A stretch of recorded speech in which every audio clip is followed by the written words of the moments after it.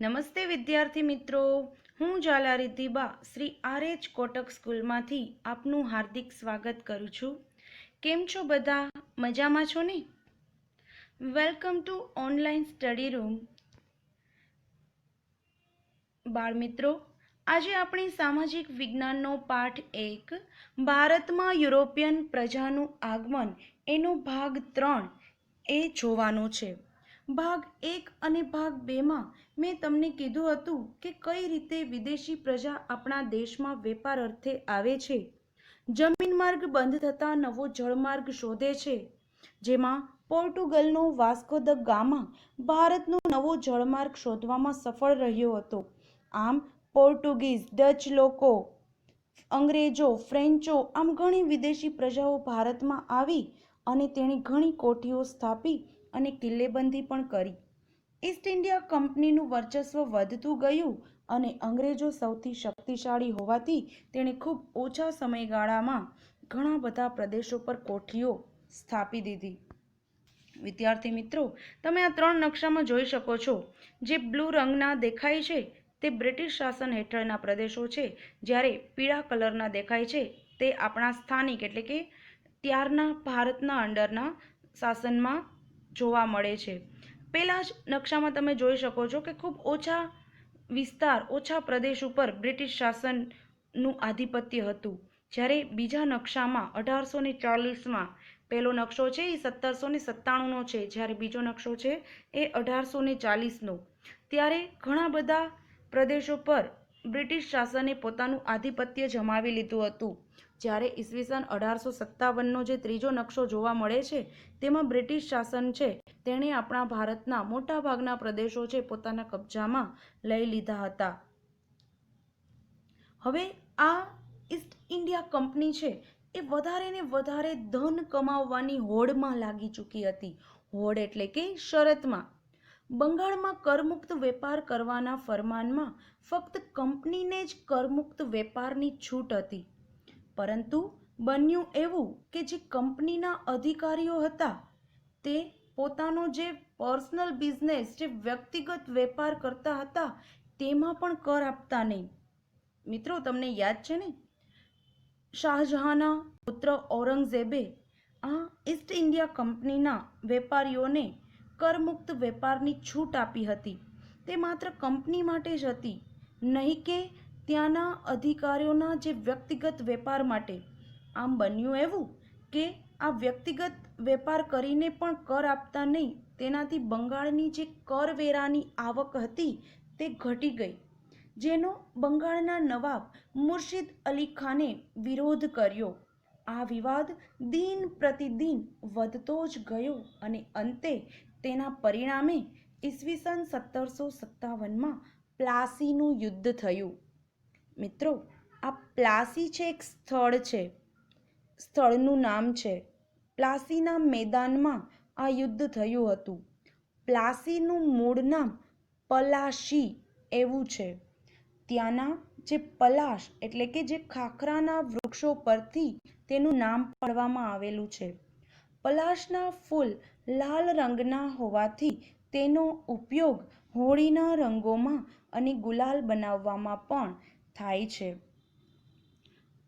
ભારતમાં આવેલી આ જે યુરોપિયન કંપની હતી તેનું લક્ષ્ય વેપાર કરવાનું હતું, પરંતુ પોતાની મહત્વકાંક્ષાને કારણે તે લોકોએ ભારતના જુદા જુદા ક્ષેત્રો પર રાજ કરવાનું શરૂ કરી દીધું હતું. ઔરંગઝેબના મૃત્યુ બાદ મુઘલ સામ્રાજ્યનો પાયો નબળો પડી ગયો, જેનો ફાયદો ઉઠાવીને અલીવર્દી ખાન નામનો વ્યક્તિ ઈસવીસન 1740માં બંગાળને મુઘલ સામ્રાજ્યથી મુક્ત ઘોષિત કરી પોતે ત્યાંનો નવાબ બની ગયો. મુઘલોની શક્તિ ધીરે ધીરે ક્ષીણ થતી જોઈને અંગ્રેજોએ પણ તેનો ફાયદો ઉઠાવ્યો અને ભારતમાં ઠેર ઠેર કિલ્લેબંધી કરી પોતાનું આધિપત્ય સ્થાપિત કરવાનો પ્રયત્ન કર્યો. 9 એપ્રિલ 1756માં અલીવર્દી ખાન મૃત્યુ પામ્યો. તેની સૌથી નાની દીકરી, તેનો પુત્ર હતો સિરાજ ઉદ દૌલા, તે ઈસવીસન 1756માં બંગાળનો તત્કાલીન નવાબ બન્યો. ત્યારે બંગાળનો માહોલ અંગ્રેજો અને બીજી વિદેશી પ્રજાઓના દ્વંદ્વને કારણે ઘણો અશાંત હતો. અંગ્રેજો ફ્રેન્ચોએ ઠેર ઠેર કિલ્લેબંધી પણ કરવાની શરૂ કરી દીધી હતી, જેના કારણે સિરાજ ઉદ દૌલા છે તે ઘણો ચિંતિત હતો. એટલા માટે જ સિરાજ ઉદ દૌલાએ અંગ્રેજોને ફ્રેન્ચોની કિલ્લેબંધી રોકવાનો આદેશ આપ્યો.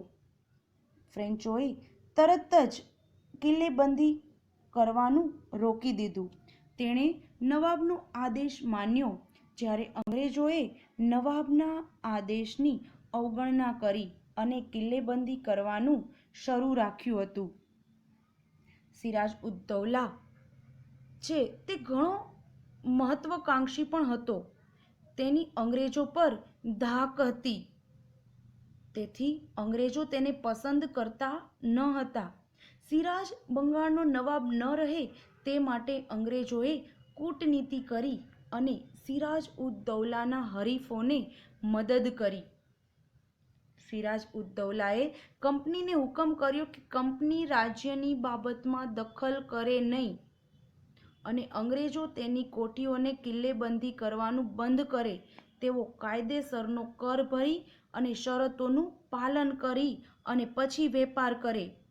આ બાબત માટે બંને પક્ષ સમાધાન માટે તૈયાર જ થયા ન હતા. ઈસવીસન 1756માં તેથી અંગ્રેજોની જે કાસિમ બજાર સ્થિત આવેલી કોઠી છે તેના પર સિરાજ ઉદ દૌલાએ આક્રમણ કરી અને તેના પર કબજો જમાવી લીધો. ત્યારબાદ 20 જૂન 1756માં કલકત્તામાં હુગલી નદીના કિનારે આવેલી ફોર્ટ વિલિયમ કિલ્લા પર પણ તેણે આધિપત્ય જમાવી અને અંગ્રેજોને ત્યાંથી ભાગી જવા પર મજબૂર કરી દીધા. અંગ્રેજ ગવર્નર ડ્રેકને ફુલ્ટા દ્વીપ પર જઈને શરણ લેવી પડી. ફોર્ટ વિલિયમ પર કબજો કરી અને 146 અંગ્રેજોને બંદી બનાવવામાં આવ્યા, જેમાં સ્ત્રીઓ અને બાળકો પણ હતા. નવાબ સિરાજ ઉદ દૌલાના અધિકારીઓએ આ એક નાનકડા અંધારી કોઠરીમાં આ 146 અંગ્રેજોને બંધ કરી દીધા, જેમાં બીજે દિવસે સવારે તેમને ખોલવામાં આવ્યા તો માત્ર 23 લોકો જ જીવિત બચી શક્યા અને આ બચવાવાળામાંથી એક હતો હોલવેલ નામક અંગ્રેજ. એણે આ સમગ્ર ઘટનાની વાત અંગ્રેજ અફસરો સુધી પહોંચાડી દીધી. આ ઘટનાના કારણે અંગ્રેજો અને નવાબ સિરાજ ઉદ દૌલા વચ્ચે વધારે કડવાહટ છે તે વધી. આ ઘટનાને ઇતિહાસમાં કાળ કોઠરીની ઘટનાના નામે પણ ઓળખવામાં આવે છે. આ કાળ કોઠરીની ઘટના વિશે જાણી અને અંગ્રેજો તો ખૂબ જ ક્રોધિત થઈ ગયા. રોબર્ટ ક્લાઇવ અને એડમિરલ વોટસને મદ્રાસથી સેના લઈ અને બંગાળ તરફ આગળ વધ્યા. તેમણે ફરીથી કલકત્તા પર પોતાનો અધિકાર જમાવી લીધો અને સિરાજ ઉદ દૌલાને સંધિ કરવા માટે મજબૂર કરી દીધો. તેને અલીનગર સંધિના નામે ઓળખવામાં આવે છે. આ સંધિના પરિણામ સ્વરૂપ અંગ્રેજોનો બંગાળમાં જે કિલ્લેબંધી કરવાની અનુમતિ ફરીથી મળી અને આ સંધિ પછી અંગ્રેજ વધારે આક્રમક બની ગયા. તેણે જે ફ્રાંસિયાઓ હતા તેનું જે ક્ષેત્ર હતું ચંદ્રનગર, તેના પર પણ આક્રમણ કરી એને પોતાના કબજામાં લઈ લીધું. અંગ્રેજોની આવી બધી ગતિવિધિઓના સમાચાર સિરાજ ઉદ દૌલાને મળતા તેણે ફરીથી આક્રમણ કરવાની શરૂઆત કરી દીધી. બીજી તરફ અંગ્રેજોએ પણ નવાબ સિરાજ ઉદ દૌલાના જે મંત્રી, જેનો સેનાપતિ હતો મીર જાફર, એને નવાબ બનાવવાની લાલચ આપી અને તેની પાસે મદદ માગી અને રાજી કરી લીધો. મીર જાફર પણ સિરાજ ઉદ દૌલા સાથે વિશ્વાસઘાત કરવા માટે તૈયાર થઈ ગયો. 23 જૂન 1757 પ્લાસી નામના સ્થળ ઉપર ઈસ્ટ ઇન્ડિયા કંપની અને નવાબ સિરાજ ઉદ્દૌલાની સેના વચ્ચે ભયંકર યુદ્ધ થયું, જેમાં અંગ્રેજી સેનાનું કમાન રોબર્ટ ક્લાઇવના હાથમાં જ્યારે નવાબની સેનાની કમાન મીર જાફરના હાથમાં હતી. આ યુદ્ધમાં મીર જાફરે વિશ્વાસઘાત કરી અને નવાબની સેના જેના કારણે હારી ગઈ અને સિરાજ ઉદ્દૌલાને બંદી બનાવી અને તેને મૃત્યુદંડના સ્વરૂપે ગોળી મારી તેનું ખૂન કરી દેવામાં આવ્યું. પ્લાસીના યુદ્ધમાં અંગ્રેજોની જીત થઈ. આમ ભારતમાં કંપનીની આ પહેલી લડાઈ હતી જેમાં ભારતમાં અંગ્રેજોની સત્તાની શરૂઆત થવાની હતી. માટે આ લડાઈ ભારતના ઇતિહાસમાં ખૂબ જ મહત્વની ઘટના ગણાય છે. આ બનાવથી ભારતનો ઇતિહાસ બદલાઈ જાય છે. પ્રસિદ્ધ બંગાળી કવિ નવીનચંદ્ર સેન પોતાના શબ્દોમાં કહે છે कि प्लासी की लड़ाई के बाद भारत में अनंत अंधकारमयी रात्रि का आरंभ हुआ. એટલે કે પ્લાસીની આ લડાઈ, પ્લાસીના યુદ્ધ પછી ભારતમાં અનંત એટલે જેનો કોઈ અંત નથી તેવી અંધકારમયી રાતનો આરંભ થયો. વિદ્યાર્થી મિત્રો, ત્યારબાદ આ તમે જુઓ પ્લાસીનું યુદ્ધનું જે મેદાન છે પ્લાસીનું, તેના અહીં મેં ફોટોગ્રાફ્સ મૂકેલા છે. બાળમિત્રો, પ્લાસીના યુદ્ધ બાદ જોઈએ બક્સરની લડાઈ. 23 જૂન 1757માં પ્લાસીના યુદ્ધમાં બંગાળના નવાબ સિરાજ ઉદ્દૌલાના સેનાપતિ મીર જાફર વિશ્વાસઘાત કરી અંગ્રેજો સાથે મળી જાય છે, જેના કારણે અંગ્રેજોના યુદ્ધમાં જીત મળે છે જ્યારે સિરાજ ઉદ્દૌલાનું મૃત્યુ થાય છે.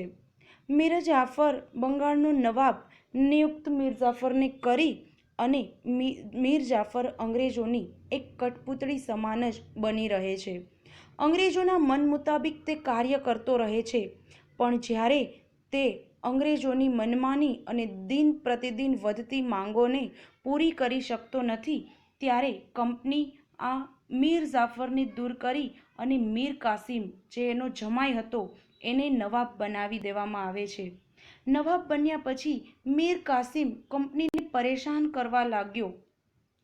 એવું લાગતા 1764 22 ઓક્ટોબર 1764માં બંગાળના નવાબ મીર કાસિમ અને અંગ્રેજો વચ્ચે બક્સરની લડાઈ થાય છે. બક્સરના આ યુદ્ધમાં બંગાળના નવાબ મીર કાસિમ, અવધના નવાબ સુજાઉદ્દૌલા અને મુગલ બાદશાહ શાહ આલમ બીજોની એક સંયુક્ત સેના એક તરફ અને બીજી તરફ અંગ્રેજો, આ રીતે યુદ્ધ થાય છે, જેમાં મીર કાસિમની પરાજય થાય છે અને કંપની ફરીથી મીર કાસિમની બદલે મીર જાફરને બીજી વાર બંગાળનો નવાબ બનાવી દે છે. ઈસવીસન 1765માં મીર જાફરનું મૃત્યુ થાય છે. તે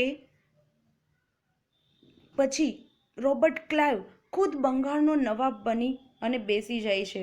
આમ બંગાળથી શરૂ થયેલા અંગ્રેજ શાસને પૂરા ભારતને કેવી રીતે ગુલામીની જંજીરમાં જકડી લીધું અને ઈસ્ટ ઇન્ડિયા કંપની એક વેપારી કંપનીમાંથી આગળ વધતા આખાય ઉપખંડની શક્તિશાળી સત્તા બની ગઈ, તે વિશે વધુ વાત આપણે પછીના પ્રકરણમાં કરીશું. મિત્રો, અંગ્રેજો છે એ વ્યાપાર કરવા માટે આવ્યા હતા. તેની વ્યાપારિક શક્તિ છે એમાંથી રાજનૈતિક શક્તિમાં બદલાઈ ગઈ હતી. આ બંને યુદ્ધોના પરિણામે અંગ્રેજો ભારતમાં પોતાની સત્તા સ્થાપિત કરવાની પ્રક્રિયાની શરૂઆત કરી દીધી હતી અને સામ દામ દંડ ભેદ જેમ બને તેમ અંગ્રેજો ભારત પર પોતાની સત્તા છે તે સ્થાપિત કરવા લાગ્યા હતા. અંગ્રેજો દ્વારા ભાગલા પાડોને રાજ કરોની નીતિનો પ્રયોગ થવા લાગ્યો હતો અને આ પ્રયોગના કારણે તત્કાલીન રાજા અને જે રાજનૈતિક શક્તિઓ બધી હતી તેને અંદરો અંદર લડાવી અને કમજોર કરી દેવામાં આવ્યા અને આમ ભારત ઉપર અંગ્રેજોનો એકાધિકાર સ્થાપિત થયો, જે 15 ઓગસ્ટ 1947 સુધી આપણા દેશ પર એક શાસક બનીને બેસી રહ્યા, વેપારીમાંથી શાસક બની ગયા. તે વિશેની વાત આપણે પછીના જે ઇતિહાસ વિભાગનો જે પાઠ છે 4 વેપારીમાંથી શાસક બન્યા તેમાં આપણે જોઈશું. વિદ્યાર્થી મિત્રો, તમને આ પાઠ કેવો લાગ્યો તે વિશે મને અચૂકથી કોમેન્ટમાં જણાવશો અને જો વિડીયો ગમે તો લાઈક કરશો. આવજો વિદ્યાર્થી મિત્રો, ફરીથી મળીશું.